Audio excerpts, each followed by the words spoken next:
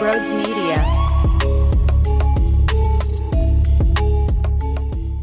Why, hello, ladies and gentlemen. Welcome on it. Before we talk about our Fightin' Phils, our 26-win Fightin' Phils, if you are new to the channel, make sure you hit that subscribe button and hit that thumbs up button as well. Thank you so much for all your crazy support. Leave a comment about what you think about this squad right now as we sit here today. You can also take me on the road with you, Apple Podcasts, Spotify, Google Podcasts, all your podcasting platforms. Leave a 5-star rating and a review. That would mean the world to me. And lastly, Coffee with Broads is back in action right here on YouTube, Monday and Thursday mornings at 11 a.m. We go live for about 45 minutes. We have our coffee together and we chill. The way you get access to that is joining the YouTube membership here. $4.99 a month will give you access to those streams and also access to our Discord channel where we get to kick it during the games and communicate live all day. It's pretty fun, man. I can't thank you guys enough for all the crazy support. And with that said, enjoy the show.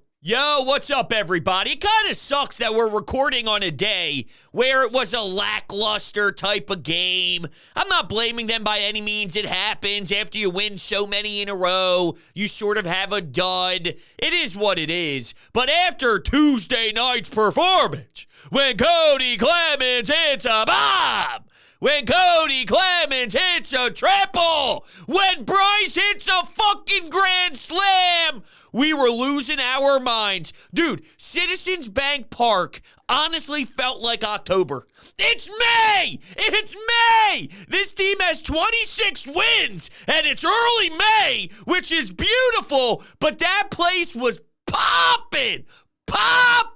That place was electric, and it feels so good. So to be recording on a day where it was sort of blah, and I feel bad for my mother, because she doesn't go to many games, but she hit me up. She goes, me and my stepdad, Jim, she was like, me and Jim are going to the game today. And I'm like, oh, that's awesome. That's phenomenal. And that's what they got, you know? There was some life in the 9th inning. You thought maybe they can squeeze one out here. Maybe.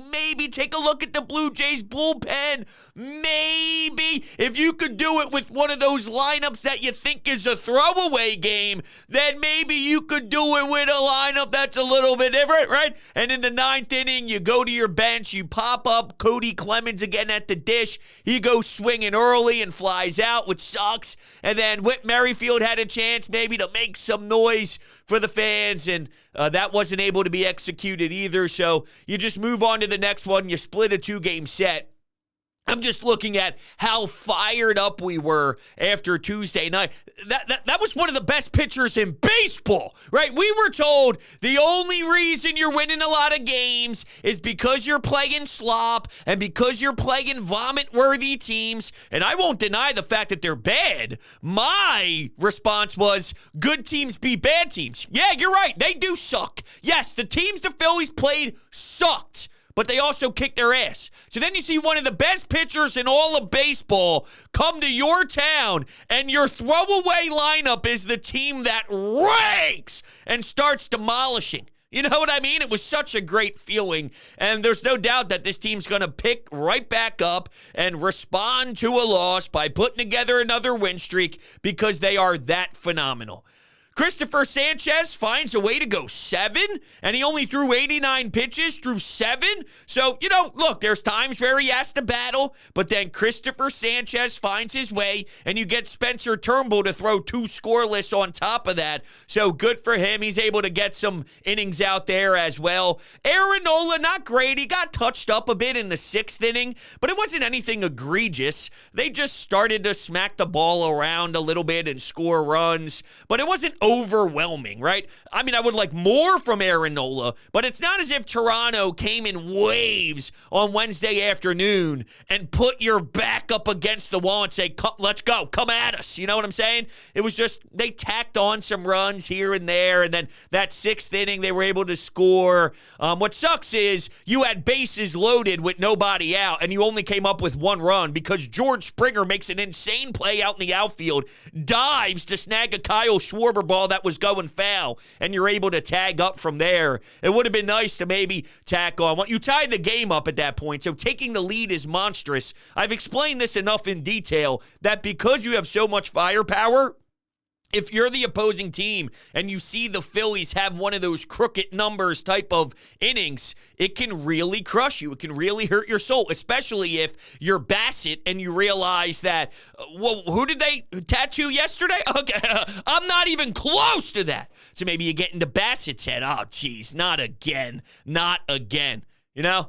What, you don't like check swings? Toronto doesn't like check swings, huh?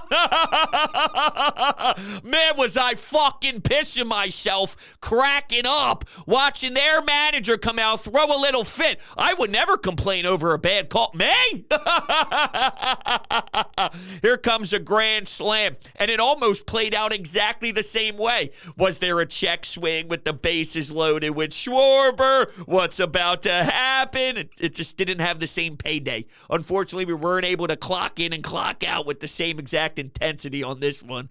But it is what it is, man. Nick Castellanos is starting to heat up. I saw some of the stats thrown around there over his last 7 games. He's hitting over 300. He smoked one off the wall. So it's starting to get better. It is, and that's what you need to have happen when you lose somebody like Trey Turner who smokes over 340. Someone needs to step up. And as a team, it's a collective group. Let's not leave out the fact that Edmundo Sosa, he hit a triple on Tuesday night. I thought we were on Kody Clemens cycle watch. Your first 2 at-bats is a bomb and a triple. We're on a Kody Clemens watch, and this dude, I mean, remember, when he was in spring training this season, that guy made some noise, all right? It wasn't as if he just stunk and he flat out was a nobody. That dude earned it. He did. He earned it. It's just unfortunate that there weren't many opportunities in this organization. If he had the same spring training that he had in a different organization with a different roster,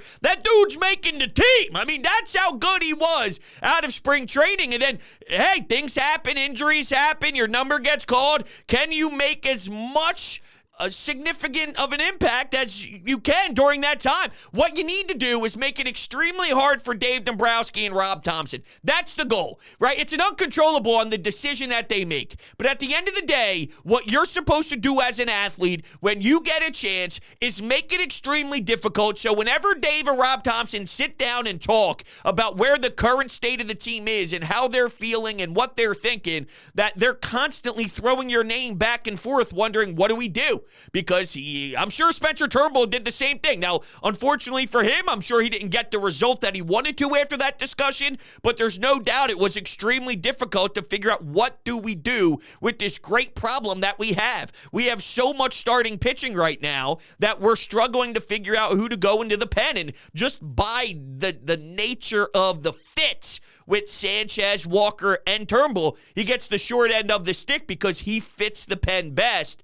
But I think he's going to be a killer in that role. And at some particular time this season, I hate to say this, but I just know the nature of sports, there's probably going to be a time where you need to sneak him back into the rotation because someone has a little bit of an injury or something happened and somebody goes down. And, you know, you're going to need somebody to step up, and to have Spencer Turnbull as your 6th starter waiting is not a bad thing to have either. Someone I have a ton of confidence in. So, all right, I brought up Trey Turner and him no longer being on the team right now due to injury. Take a listen. This was MLB Network. Todd Zalecki, who covers the Phils, he was on TV there. It's about 1 minute and 26 seconds. It's about Trey Turner and watching Bryce Harper and found something in Bryce Harper's approach. It's pretty fascinating, but it just shows you the level of detail that these guys are. It's different, man. It's a different type of beast. When you bring in these big contract fellas, the level of intensity is insane on and off the field. Take a listen.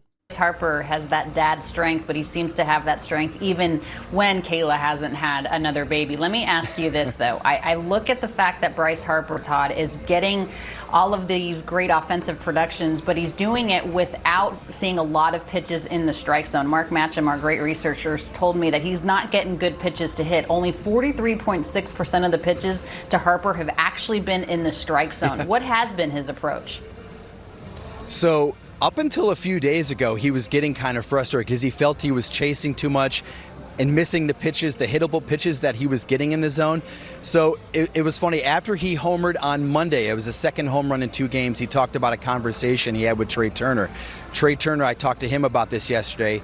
Trey went back and started watching some 2021 video of Bryce Harper's MVP season, and he noticed a little mechanical issue with his Harper's hand starting late, and he mentioned it to Bryce. He's like, I didn't know if it was going to work or not. I didn't know if I should mention it or not, but I mentioned to Bryce that this is something that I noticed, and it kind of helped him have a better strike zone and really get to the pitches that he needs to hit. And he said that the change has been almost instantaneous. So 3 home runs the last 3 games for Bryce Harper, 10 RBIs, and he's doing that, like you said, with no pitches in the strike zone. I mean, the patience he has to have to attack is pretty remarkable. Think about that.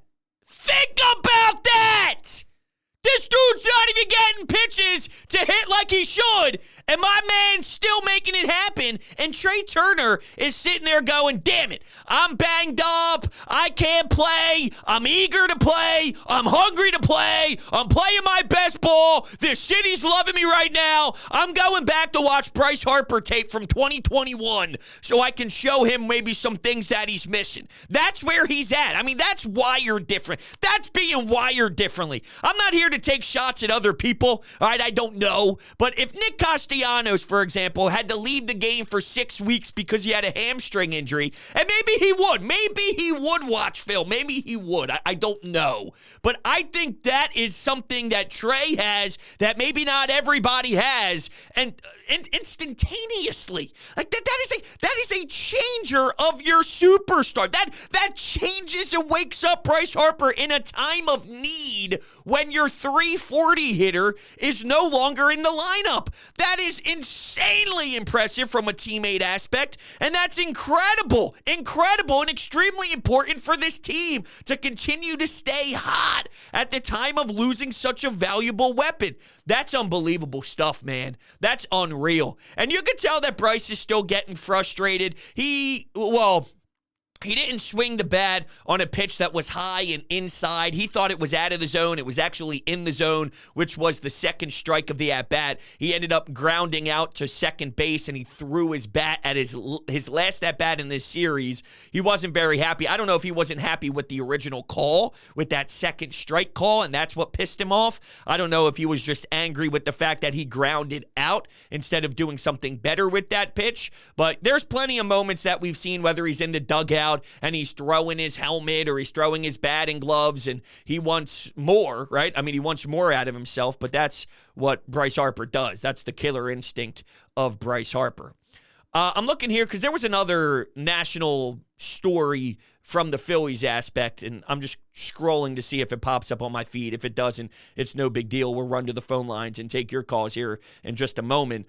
But regardless on if I find it or not, reality is when you go to MLB Network now, the Phillies are being talked about at an insane rate. What people are noticing nationally about what this team has done. Here it is. I found it. Look at me. All right, here's MLB Network. Who's on this?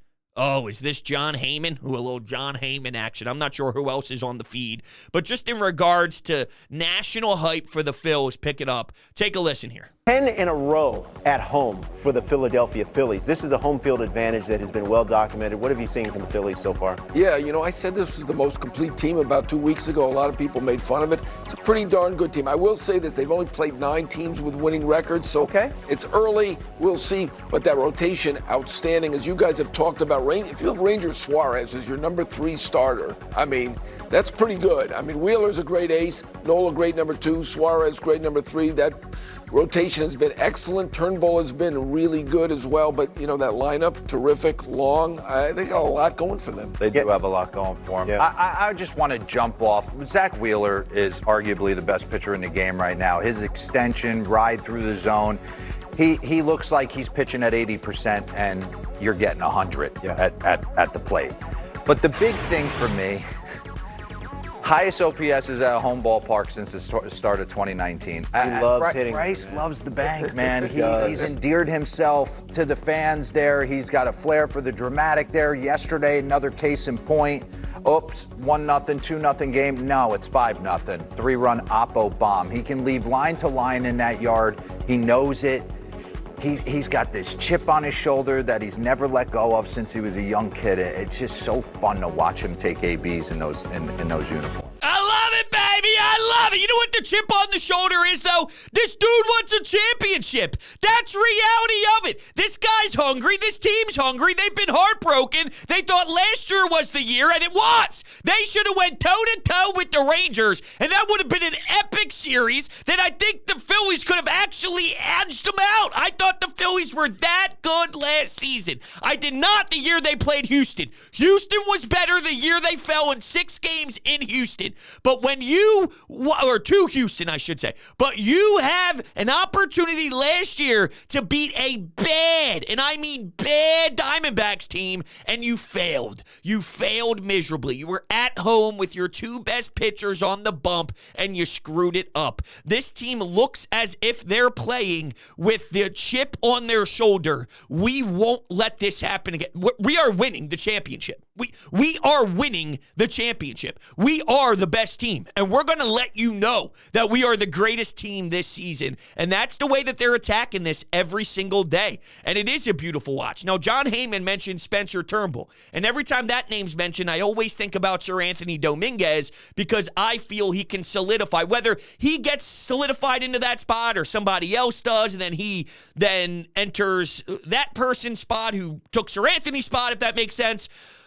Sir Anthony pitched against Toronto in the loss, and for whatever it's worth, we saw 100 miles per hour. He went 1 inning. He did walk 1, and he thought, all right, dude, I mean, you can't walk guys, right? If you're a reliever and you're walking guys, that's very, very problematic. So he does end up starting off the inning with a walk where you go, all right, here we go again. Sir Anthony can't be pitching. I saw my cousin tweet this out, too. He's like, come on, Rob. We're sick and tired of this. Let's go. Let's get this guy out of here. He's no longer a part of this thing. Let's go. He's fed up big time, and I understand the frustration for sure. But reality is, Sir Anthony, there was 100 mile per hour. I don't know, dude. I'm trying my best here to look for some optimism. Is what I'm trying to do. I'm trying my best to try and find something to see if he can come back alive. Because if he comes back alive, think about that. If Sir Anthony becomes polished again, then think of all these options.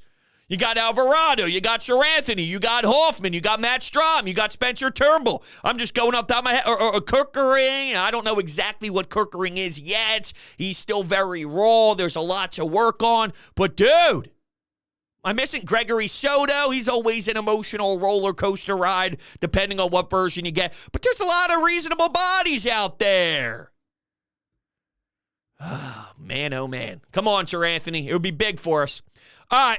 We'll take some calls from tonight or this afternoon's game, which isn't going to be as lively. And then we'll also take a look back at the Anytime Hotline on some calls from Tuesday night because that was so much fun to watch. Let's do it. It's simple, bros. You can't win them all. Today, 7 Ks for Nola, but another rocky start. Me personally, I mean, it's not good enough. It's just not. And, he's been rocky, like I said he was going to be. So, I don't know what to tell anybody. I was right. What? I swore it should be over him. What? Aaron Nola hates today? Was he the best? No. Was he good? No. Has Aaron Nola been good this season? Yeah, he's been fine. He's been fine. 8 innings. If you look at some of his games, 8 innings, 3 runs, 8 innings, 2 runs, 7 1/3, 1 run, 6 innings, 2 runs, 5 2/3, no runs. Yeah, there's been a couple. There's 4 innings, 2 runs, which isn't good. There's 4 1/3. That was the first game against Atlanta, March 30th, which don't get me started on that series. That series pissed me off, that and Cincinnati back-to-back to get the new year rolling. I was very pissed off about it. But you are extremely too harsh on Aaron Nola. Ranger Suarez is pitching like a dog, for sure, but we don't have to do this. We don't have to pin these two together. We're all on one team here. I don't get the Aaron Nola hate. There was a time where that was fair and justified prior to watching him pitch in the postseason. We were never able to get to the postseason, and it ate us alive as a fan base. The guy's delivered in the postseason 2 years in a row on some serious runs. This wasn't great. I don't know if I look at this game against Toronto that he pitched where they lost and say Aaron Nola lost you the game. He didn't pitch well. I don't know if he's a target today. Like, oh, come on, Nola. The 6th inning, he got touched up a bit. The offense was non-existent all game long, other than loading up the bases there. And then in the 9th inning, they had a miracle attempt to do it. Other than that, what was there for you? And you've also won 7 games. You're winning all these games in a row. You're at your home ballpark. You fall flat once in a while. But I don't get that call. I'm not on the same page on that call. All right, let's go to some fun stuff, all right? Let's go to what happened Tuesday night. Yo, bros. What's up, man? Dylan calling in about the Phils. Listen, ring that damn bell, baby. Let's go. Let's go. Man, I love this team right now. God, it's so fun to watch them play. But listen, crazy thought. Try to be quick here. I know this is going to sound crazy, and I'm probably in the minority with this one, but to me, it's a no-brainer, right? Listen, Kody Clemens needs to stay with this club when Trey Turner gets back. They need to figure something out, and he needs to be the everyday right fielder until Nick Castellanos is going to be a better option. Because right now, he's not. Kody is, I understand, that it's a smaller sample size or whatever, but Kody delivers. Like, he does it. He does what we need to do. He does enough, which is more than Nick is doing right now. I understand, like I said, small sample size, but, his numbers in 3 games, they're 4 for 9, so 444 batting average with 2 home runs and 7 ribbies. And he scored 3 runs, too. I mean, if you asked me, right, so it's a tie ball game in the 9th, we have a runner on second, 2 outs, and you say Nick Castellanos can get this at bat or Kody Clemens can get this at bat. I'm telling you right now, with 1,000% no hesitation in my mind, I'm going with Kody Clemens. Now, Nick has struggled so much that I hate to agree with you, but I agree with you with the way that you proposed that last hypothetical, right now. But to be fair, Nick is swinging the bat extremely well. And look, there's 2 things here. It's not going to happen, especially now that Nick is doing better, hitting over 300 over his last 7-8 games or so. He's starting to look better, so now would not be the time to play around with it. Let's see how long this continues for. And 2, I say this a lot, and it matters in baseball a lot too, but maybe differently in each sport depending. Basketball, whenever someone does well, let's use basketball for example. Someone could play well for 12 minutes off the bench, and then people assume that if you play, and you've mentioned and acknowledged that it's a small sample size, right? But the point is, if someone plays well for 12 minutes, then there's this assumption that if they play 35 minutes as a starter, they're going to have that same level of production against starters of the other team. And it relates to, all you do is you lengthen their time and then their production continues to go. It's not how it works, right? If you give a role player more time, then they get overwhelmed over that more time. The reason why it is effective is because it's a short 12-minute spurt in certain pockets of the game. Speaking of basketball, right? Maybe the other team goes to their bench. That's when you go to your bench, so it's bench first bench. I know that's not the same in baseball. If you're starting, you're going up against the starting pitcher, whatever. My point is, though, that I'm not there. Sometimes you get excited about guys coming off the bench. Yeah, but if the person who's coming off the bench in baseball is playing every day, you are going to see that over time, there's a reason why they're coming off the bench. There's a reason why that they are a journeyman level of role player that is on each team each year, bouncing around this and that. You can't plug guys in, and that's not Kody Clemens. I'm just talking from a general sense. There's bench pieces, there's role players, and what you can't do is have role players play too much. Then it doesn't have that same level of whoa in a general sense. And Nick is swinging the bat well enough now for me to not want to mess those things up. That's my personal opinion on it.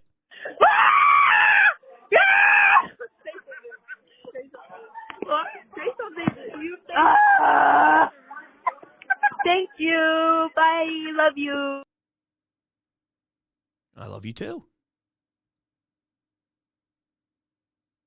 Next call. Pretty good win for the Phils tonight. Can't complain. Offense came out hacking. Harper with a grand slam. You'll take that all the time. I thought Sanchez was solid. 7 innings, just 1 run allowed. You'll take that pretty much any day of the week. At first, I did not agree with the fact that they put Turnbull in the bullpen as opposed to Sanchez, but now I kind of see why. Sanchez doesn't strike me as a lights-out kind of pitcher. He doesn't have that vibe that, Hoffman or Alvarado has. Right. Imagine Sanchez coming in at his 7th or 8th inning with a 1-run lead. Yeah. He can get smacked around a little bit. He doesn't really have that pinpoint control that, Wheeler or Nola or Suarez has. But, Turnbull does. Turnbull has the potential to be lights out in the bullpen. I don't think Sanchez could do that. So I kind of agree with Thompson on this one now. But overall, like I said, great win. Let's keep this streak alive for the rest of the year and go Phil. For the rest of the year, never lose again. That's funny. I agree with you, and it definitely sucks for Turnbull. I don't like the fact that they're doing this, but I get it. And now that Christopher Sanchez, with one of his first nods since they made the move to Turnbull going to the pen, delivering a 7-inning effort and really giving you a great opportunity to win the game, that's awesome for him. He could have went out there and laid an egg, and then the talking points start to go towards Christopher Sanchez, and the pressure's on him. Well, the pressure was on him to have a good start, and he for sure did. It helps when you have the offensive explosion behind you, but that's what this team is capable of. That's how they are built. And I do want to say this about Spencer Turnbull. While we understand he's pitched well enough to maybe keep a spot in the rotation, what's awesome about having teams that win and succeed is sometimes you have to make sacrifices for other. And this guy isn't complaining. I think there was something that he mentioned about wanting to start and feeling he can, and that's good. That's having confidence in yourself. That's not necessarily complaining, but saying, I'll do whatever's good for this team. This team's ready to go win a championship, and we have someone who is capable of being in the rotation, and he says, I'll do whatever Rob needs me. I'll do whatever this guy needs me to do. I'm here, I'm there, I'm this, I'm that. When you win a title, there are weapons that have to make sacrifices for others. It might not be fair. It might not be what's right. It might not be what you deserve at that particular time in your career, but you have to make those type of sacrifices for the better of the team, and Turnbull is doing that right now. And there's multiple different people that have to do that throughout an entire year. Remember Zach Eflin, is he going to start? Is he going to be a pet? Can we use him in the 8th? Can we use him to close? Sometimes you need to be unorthodox or do different things, and on the fly you have to adjust, and you have to do this, you have to do that. You never know what it's going to be. And if you have the people in the clubhouse that are willing, no matter what, to do X, Y, and Z whenever asked, those are details that matter in winning a championship. So I think that is huge for the brand of Phillies baseball and big for the ultimate goal, which is winning a championship. Can't lose sight of that throughout this. I think that's more important than being mad at Rob or being mad at Dave Dombrowski that this is unfair to Turnbull. I think it's more, there's something here. There's something here from a personality trait that is important to a winning DNA and a winning culture. So with that, I want to thank everybody so much for kicking it with me. Love you guys to death. Thank you all so much, and I'll see you all on the next one.